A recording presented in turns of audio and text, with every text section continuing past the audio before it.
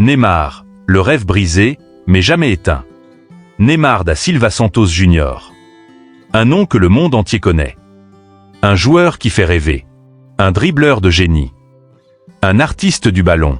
Mais derrière les sourires, les danses, les célébrations, se cache un homme, un cœur, un rêve. Celui de remporter la Coupe du Monde pour le Brésil. Neymar est né pour jouer. Dès son plus jeune âge, les gens savaient. Ce garçon allait marquer l'histoire. Il brillait à Santos, émerveillé au Barça, portait le PSG sur ses épaules, mais surtout, il portait les espoirs d'un pays. Le Brésil. Un peuple qui respire le football. Un peuple qui attend un nouveau roi, un successeur appelé. Et Neymar, il voulait l'être. Il voulait tout donner. Pas pour la gloire personnelle, mais pour le maillot jaune. Pour la Seleção. Pour ceux qui crient, qui pleurent, qui prient à chaque match. Mais la Coupe du Monde, ce n'est pas un conte de fées. C'est dur, cruel, parfois injuste. Mais la Croatie égalise. Et au tir au but, le Brésil tombe. Encore. Et Neymar, il n'a même pas tiré. Il devait tirer en dernier. Il n'en aura pas l'occasion. À la fin, il est en larmes. Le monde entier a vu ce moment. Un homme brisé. Un rêve brisé. Une nation déçue. Beaucoup diront, Neymar a échoué. Mais non. Neymar a tout donné. À chaque instant, chaque Coupe du Monde, il a porté le poids d'un pays entier. Il a souffert, il a chuté, il s'est relevé. Il a joué avec le cœur. Avec passion. Avec amour. Ce que Neymar a vécu, peu de joueurs peuvent le comprendre. Il a été critiqué, ridiculisé, insulté. Mais il est toujours revenu. Pour jouer. Pour rêver. Aujourd'hui, il est peut-être blessé. Peut-être qu'il ne jouera plus de mondial. Mais son héritage reste. Ses buts. Ses gestes. Son amour du jeu. Son combat. Neymar n'a peut-être pas encore gagné la Coupe du Monde. Mais il a gagné le cœur de millions.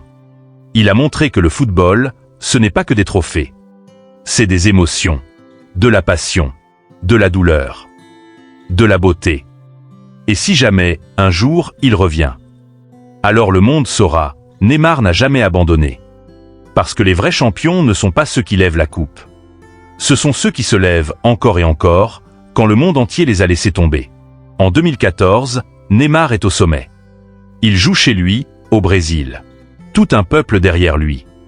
Chaque dribble est une promesse. Chaque but est une explosion de joie. Jusqu'à ce quart de finale face à la Colombie. Un coup, un genou dans le dos. Un cri, et tout s'arrête. Fracture d'une vertèbre. Neymar à terre. Le Brésil en larmes. Il ne jouera pas la demi-finale. Le Brésil non plus. Cette équipe s'effondre. 7, une face à l'Allemagne. Une humiliation. Une cicatrice nationale. Et Neymar, impuissant, blessé, détruit. Mais il revient. Fort. Plus fort. En 2018, en Russie, il est prêt. Il veut réparer l'histoire. Il veut faire oublier 2014. Il joue bien, il marque. Mais les critiques arrivent. On lui reproche ses chutes, ses exagérations. On oublie ses blessures. On oublie sa pression. Et face à la Belgique, le rêve s'arrête encore. Trop tôt. Une autre élimination. Une autre désillusion. Mais Neymar n'abandonne pas. 2022, Qatar. Peut-être sa dernière Coupe du Monde. Il s'est préparé. Mentalement. Physiquement. Il le veut plus que tout. Dans la phase de groupe, il se blesse à nouveau. Entorse de la cheville. Encore une fois, la douleur.